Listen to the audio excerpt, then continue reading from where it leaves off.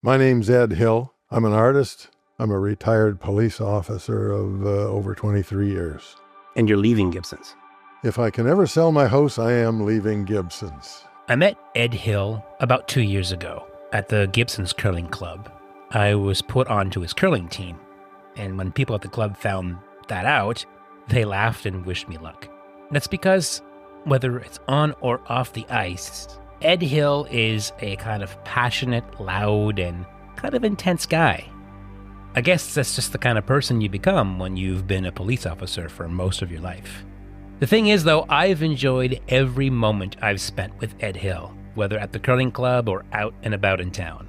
Ed's the kind of guy who's full of life, but also full of love for this community. And before he moves away, I want you to get to know him a little bit too. Why is it time to go? My 2 kids keep insisting that my wife and I are getting older. And they want us close at hand for whenever the inevitable happens in old age. And so how can you argue when you've got 2 kids wanting to be a part of the help, and we're not going to have them doing the 6, 7, 8 hour one-way trip to come and change our diapers. How does it feel to be told by your children that you're getting older? Do you have an issue with that age? Not at all. I'm glad for the privilege of making it this far. My dad was 77 when he passed. And so my goal is to make 78 at least. Improve on the model, as it were. Deal with it one happy day at a time. I got out paddling on the ocean for an hour and a quarter today and paddled hard in the beautiful sunshine. So what's wrong with 77? If Ed's one of those guys who has a larger-than-life personality, it's because when you chat with him, you realize quite quickly that he's lived a pretty large life. Just take a minute to chat and you'll find yourself pulled into all kinds of stories. Stories about being an RCMP officer, stories about being an artist, stories about connecting with the indigenous communities of this country, stories about being a curler, or a canoeist, or an auctioneer, and so much more. In fact, editing this episode took a bit of work because any conversation with Ed will take you just about anywhere and surprise you at just about every turn, even from the get-go. Do you remember when you first got to Gibsons and what that vibe was like in those first days, that first moment off the ferry, or however you picture it? The first day Joy and I experienced Gibsons was on our house hunting trip. Like you knew you were about to get posted? Yeah, well, yeah, they in the RCMP, they give you 5 days to come and find a house and buy it. The first night we were here, we walked around the corner and up the street to a Greek restaurant. And we went in and sat down at our little table for 2, and the place was pretty full. And beside us over there, kind of the next table, was a couple, and they were having their supper. And he started choking. And I kind of watched, and he did the classic grabbing his neck and choking and eyes bugged in fear and so on. And she was kind of frozen, and he was choking and coughing. Oh boy, here goes. And so I got up and went over and, "Are you okay?" And he just gave the classic look again. So I knew I had to do something. So I got around behind this big guy and gave him the Heimlich maneuver, and boom, and he coughed something up and he was fine. So I went and sat back down, of course, and we got talking table to table. And through conversation, she said, "Oh, I'm the mayor of Gibsons, Diane Strom, and her husband, Danny. They were out for supper together."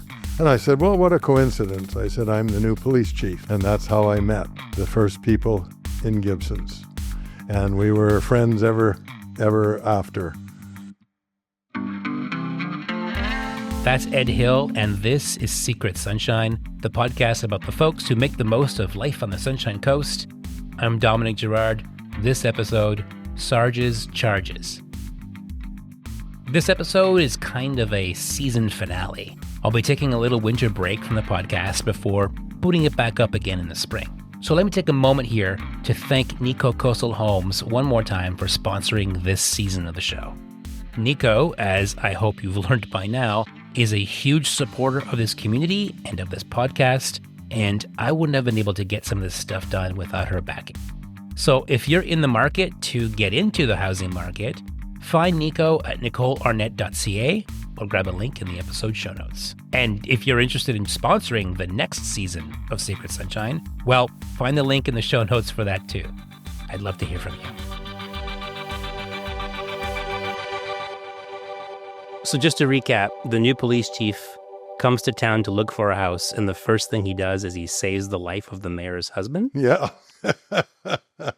Yeah. I don't imagine that happens very often. No, I'm sure it doesn't. It was, I'm just glad I had the training to be able to do it. Yeah, no you kidding. know? But you still have to find a house. Yeah, and we drove around, and as we drove down School Road, Joy looked at the street sign, which was Sergeant Road, and said, oh, we should live on that street. And a couple of days later, we knocked on this door and said, are you interested in selling? And they said yes, and Sergeant Hill bought a house on Sergeant Road. Amazing. So this is the house that we're in. This is the house. The house that you're now leaving. Yeah, that's right. When you actually do find this house and you settle in, like, what stands out even today about the memory of how you were received and how you established a life in Gibsons at the very beginning? I was a different police officer then than most. I believed in complete interaction with community. They needed to know me. They needed to know my detachment and the members. And so when I came here, I started walking a beat. Didn't have to? No.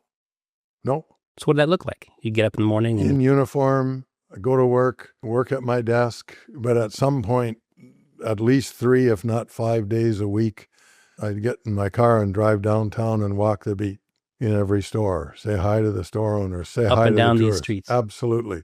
In those days, the beachcombers were taping. Right. I may have heard about that. Yeah, yeah. And I'd make a point of going by and saying hi to them. The RCMP actually worked with the beachcombers. This is kind of fun, because in the summer when they were taping, the tourists didn't know what was real and what was staged.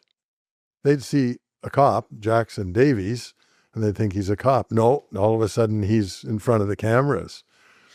And so in those days, the RCMP were required to wear their hat when they were walking a beat. The regulation hat. That's gone now, but in those days you had to.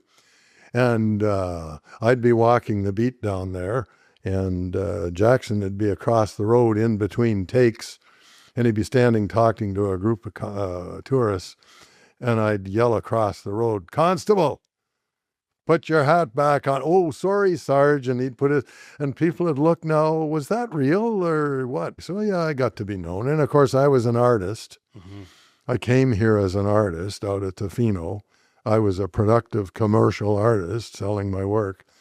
And so all of a sudden, the community knew me that way as well. So why did you think that that was so important for you to be connecting with your community on a daily basis like that? A community has to have interaction with their police in a proactive, interactive way, to develop a relationship, to develop a trust, so that we aren't just uniforms who react. So if you think of it, if that doesn't happen, when do people get in contact with the police? When they get a speeding ticket. I remember when I got stopped, and the only story they've got is of the ticket they got.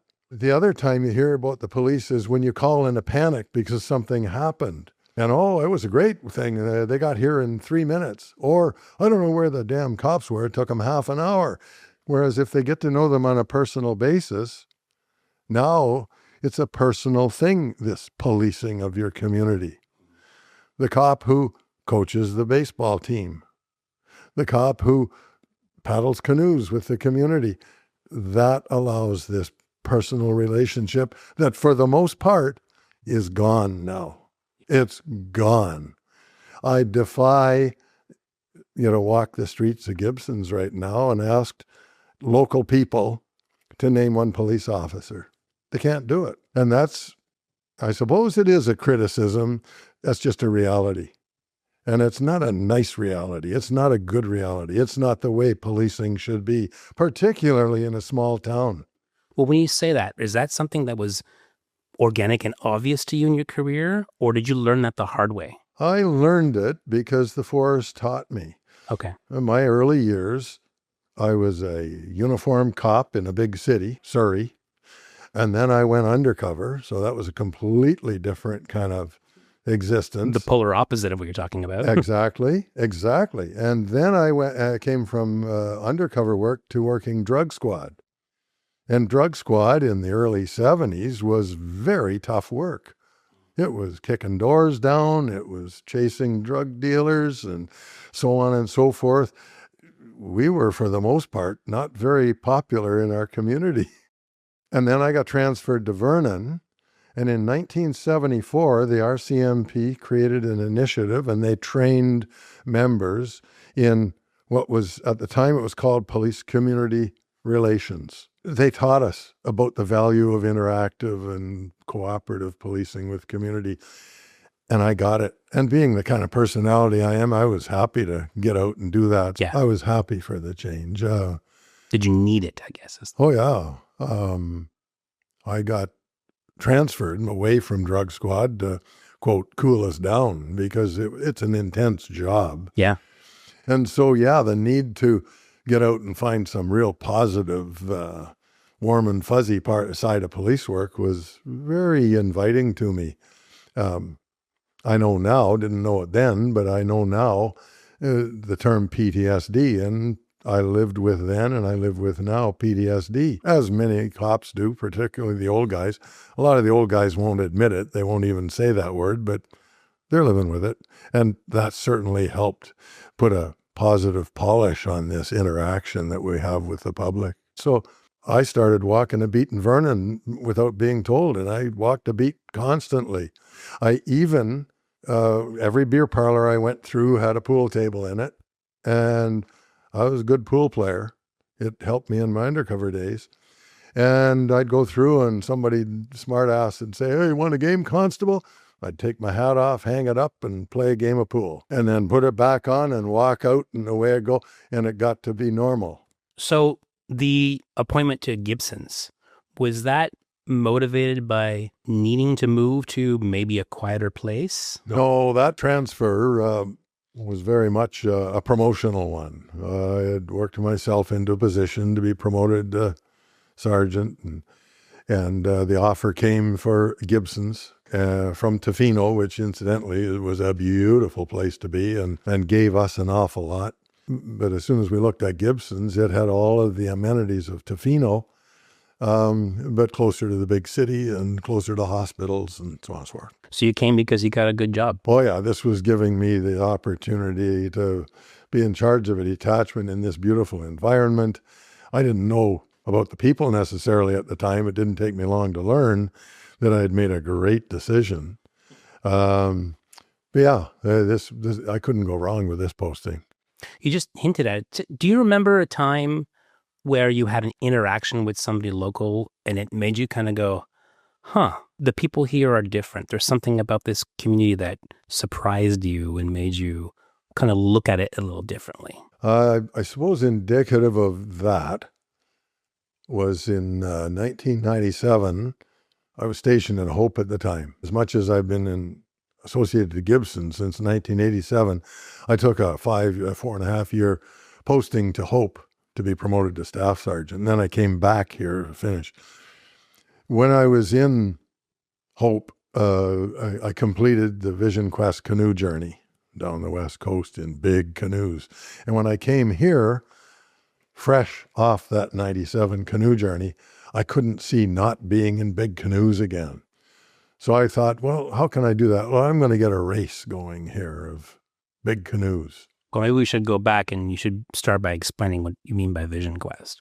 The Vision Quest, it's a whole new 1 hour production, but Vision Quest. Yeah. I'm an alcoholic. My art teacher, Roy Henry Vickers, is an alcoholic, both of us in recovery. Roy said he wanted to create a recovery center in British Columbia. This is in Tofino. When I was stationed in Tofino. Yeah. We ended up doing a painting together with the RCMP supporting us to create funds to start a seed to build a recovery center. And when that was finished, Roy said, we got to do more. We're going to do the grandfather's journey. What's that? Well, that's traditional canoes. We're going to paddle from Hazelton to Victoria. Whoa, never done that before. Well, he said, I want the RCMP involved again. So long story short, we got the RCMP involved, and we did this life-altering canoe journey. 1,000 miles of paddling in 31 days. We should mention, this is Indigenous. Indigenous canoes, West Coast Indigenous canoes. It was police and Indigenous people traveling together. Long before the word reconciliation was in everyone's minds. We taught the country how to spell reconciliation, I say. Yeah. Because this was before the word had been used. And it was life-altering for all of us. And as we hit the shore in Victoria, I said the words as I touched the shore, this can't be the last time we do that. And so when ultimately, a month later, we ended up here in Gibsons again, I tried to get canoes coming here. So I phoned Clipper Canoe that makes these canoes. And I said, I want to have a big race. And they said, no, you've got racing already in existence with outrigger canoes. I said, what's an outrigger canoe? Like in Hawaii. Oh, okay. And so, okay, I'm going to try and get it. And here's where the community came in. I went to probably a dozen different businesses in this community and said, I'm going to get a race going. I need support, money, resources, get you to put a little team together and we'll train them how to race and so on. And there wasn't a door I knocked on that didn't say, okay, let's do it. And that summer, we had an outrigger canoe race here sponsored by this community. We had racers come from all over the Pacific Rim, from Hawaii, from Hong Kong, San Francisco. They all came. And within 4 or 5 years, we had one of the top 10 outrigger races in the world featured here in Gibsons. Why? Not because I got it going. I'm just Well, a little bit. It was because of a community that said, let's do this. Right. And so that's always the flagship when people say, well, what do you mean about a special community? I don't know of another community that would have trusted and done that together the way this community did. I genuinely take your point that the community always surprises you in its ability and desire to just go for it. Sounds like fun. Let's try it. Yeah. I do want to push back a little lightly on sort of the way you brush off your role in all of it. Yeah. You know what? You touch on something here.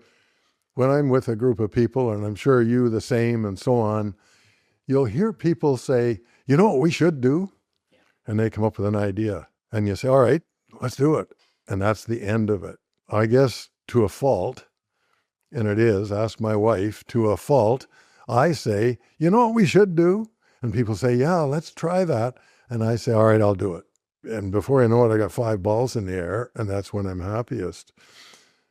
And my old age, I'm trying to say no more often now, and I've finally learned how to spell that word and trying to slow it down. But I suppose if that's why my name is associated to so much of this, it's because of my superpower, my ADHD. You can't help yourself. That's right.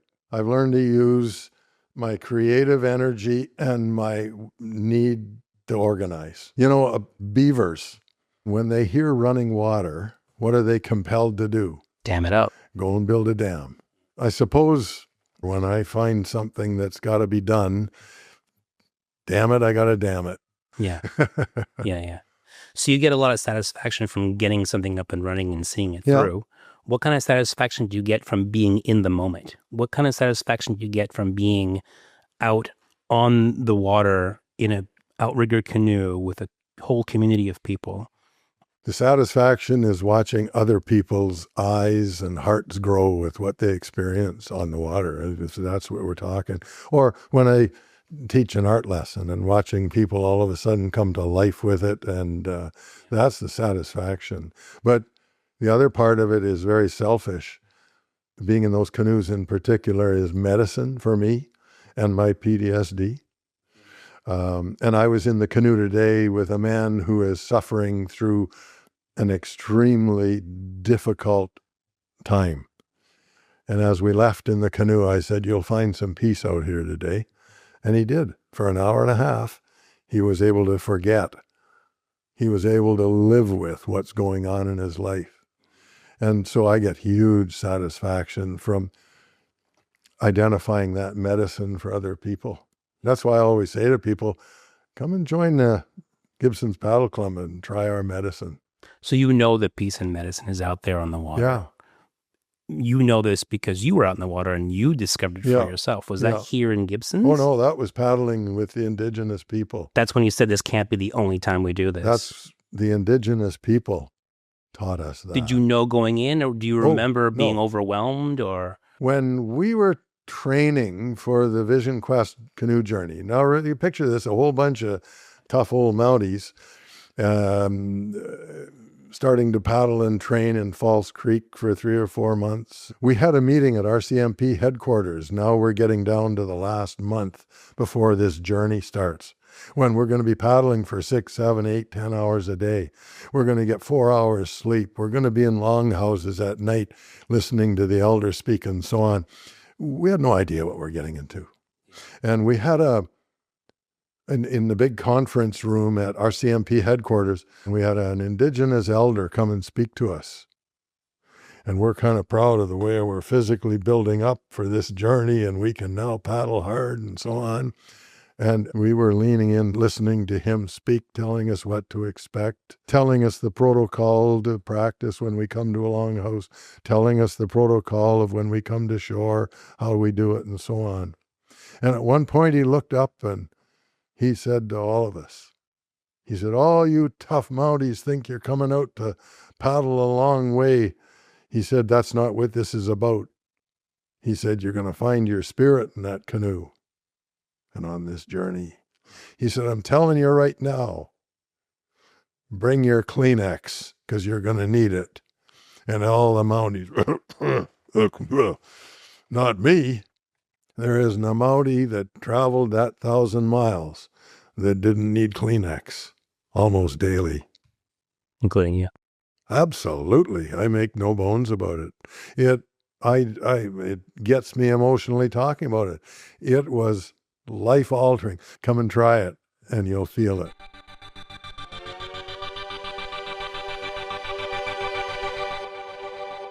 Tell me about your relationship with Ed Hill. Ed has taken a lot of my money at many different auctions on the coast. Right, because he's like the go-to auctioneer on the coast. He's incredible. And if you haven't seen him in action, you're probably richer for it. But he's fantastic and runs an amazing event and is a really interesting person. Much like me, Nicole Arnett has had the pleasure of seeing Ed Hill work a room and convince people to get involved in this community. So, Nico, Ed Hill is kind of waiting to get his house sold so he can move to Victoria and be with his kids. Yeah, I love his house. It's awesome. I should mention here that while Nico is a realtor, Ed Hill is not her client. But, of course, she understands the market that Ed Hill's house is in. Eventually it will sell, but it's been longer than he wishes it would take. And I'm wondering if the market is doing something interesting right now that we really should touch on right now. I mean, we have a very cyclical market, and the chart every year is exactly the same in terms of activity and seasonality. So March to June, busiest time. Summer, people get distracted. September, October, they're back to their lives and kind of paying attention. And then November to February, things drop off. Everybody gets busy. People take their houses off the market because it's rainy. The yards aren't as nice. It's the holidays, et cetera, et cetera. Very cyclical. However, smart buyers are out in force on the off season looking for a wonderful house just like Ed's. You're not just saying that because you're trying to help people sell houses. You know Ed. You like Ed. We both like Ed. We don't really want him to leave, but he's going to have to leave. Yeah. No, we definitely don't want him to leave. I mean, we don't want to sabotage him leaving, but yeah, it would be great if he could stay. I get it. Victoria's very cool. He'll have a wonderful time there. Mm-hmm. Every house has taken longer than before, like in the past few years. It's an average slow coastal market. We take our own time with things. Now, I myself am taking my own time with my own things and taking a brief winter break from this podcast. So here's one last shout out thanking Nico for supporting this show. And one last chance to get Nico's thoughts on how the market's looking for the coast in this coming year. I think the market is going to be very interesting. People have gotten used to a new set of circumstances, whereas 25 was a real shift. What does a new set of circumstances mean? Well, the rates finally started to come down in a consistent way. That's what people had been waiting for. And anytime there's consistency, it brings bigger confidence, which brings a stronger market. So you feel bullish that Ed and Joy Hill are going to sell their house soon? Oh, absolutely. Cody has done a wonderful job of marketing it. It's beautifully presented. Somebody should buy that house. Yeah. You'll find Nico Coastal Homes online at nicolearnett.ca or grab a link in the show notes. I've also added a link in there to Ed Hill's house that's for sale in case you want to check that out. Ed's realtor, by the way, is Cody Robinson.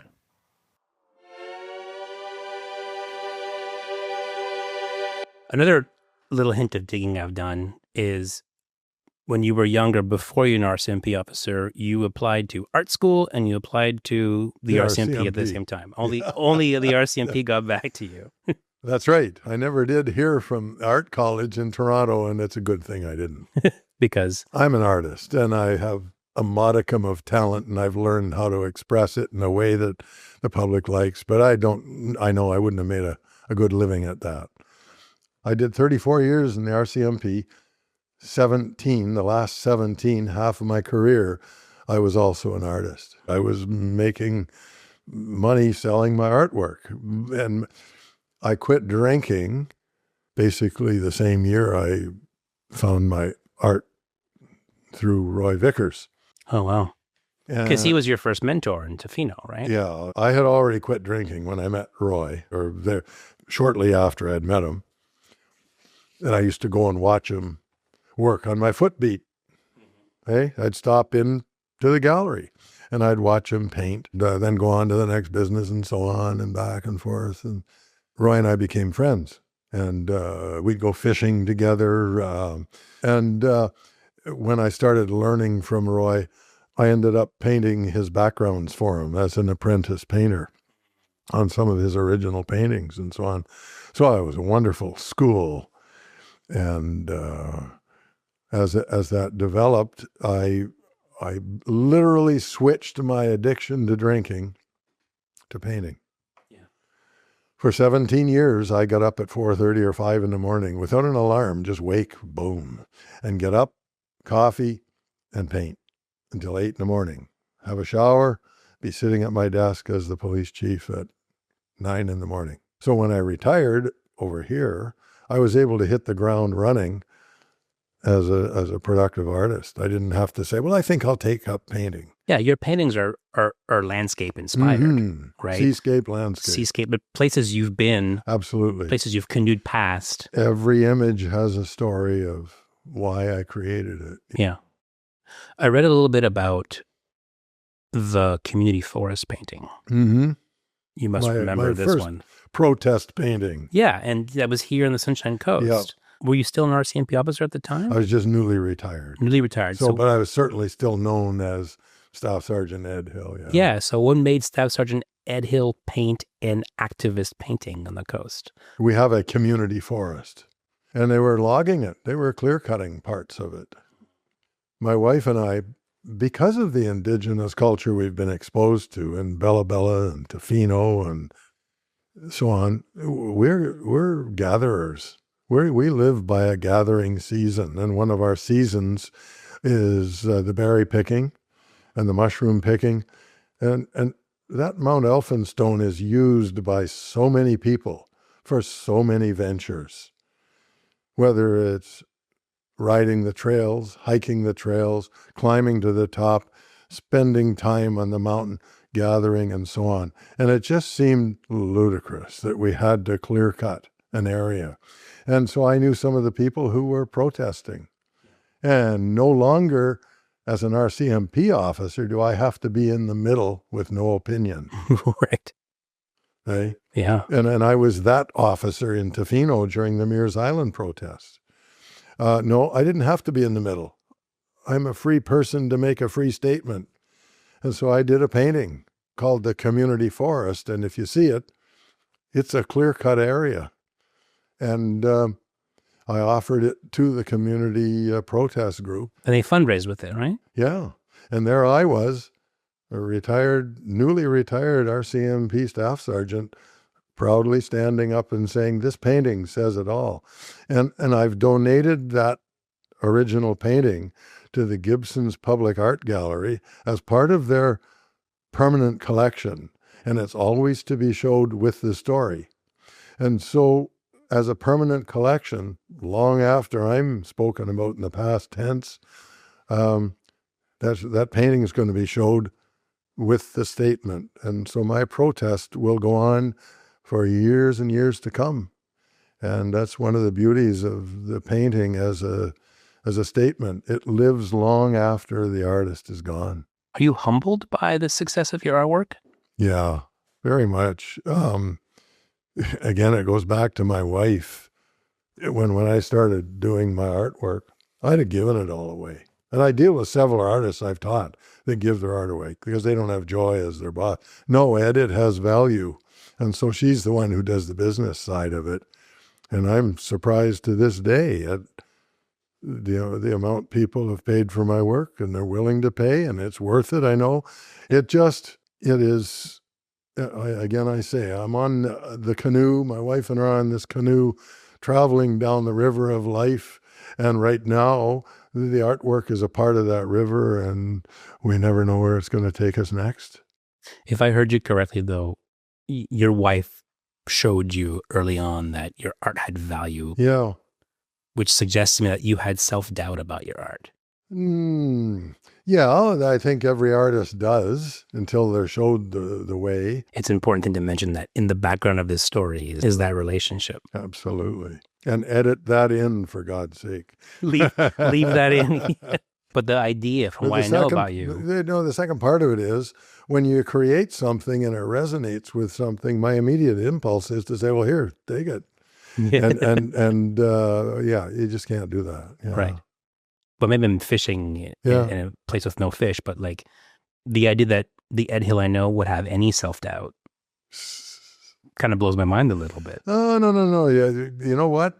Police work teaches you got to go in with your chest out and your chin high, leaving no doubt whatsoever the people you're dealing with that I'm in charge here. And believe me, that doesn't come to any 19-year-old, 20-year-old who joins the police force. You have to be taught it, you have to believe it, and you have to approach it that way. And then you find out, this does work. But then you have to let it go. When your career is up and you want to do other parts of your life. Yeah, but it still carries on in you, and the sergeant's voice is on the curling rink, or the sergeant's voice is out in the canoe today when I want my canoe to be pulling hard, and so they hear it. And I'm either loved for that or not so much loved for it.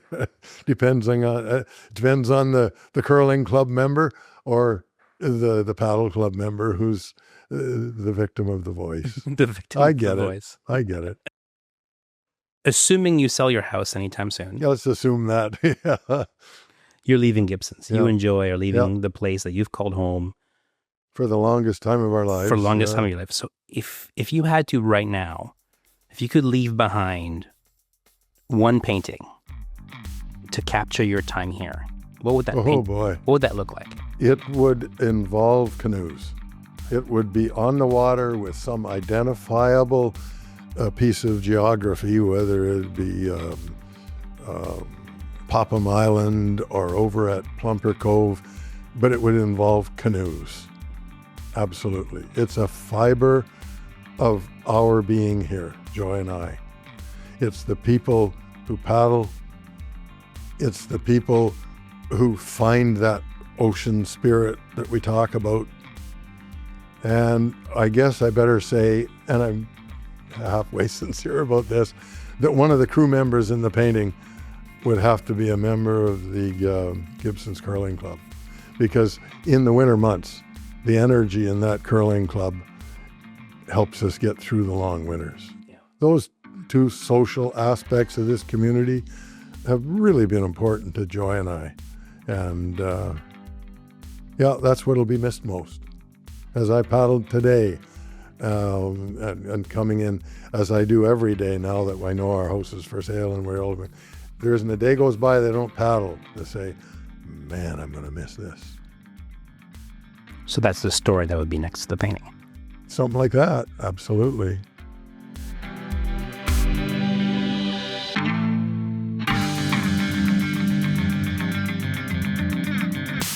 You can find Ed's artwork at edhillart.com.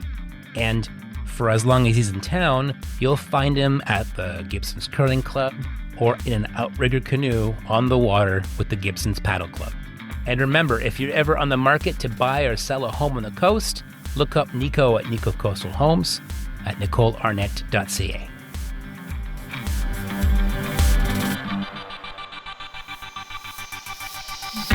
Secret Sunshine is a podcast produced by me. I'm Dominic Girard, with original music from Max Henry.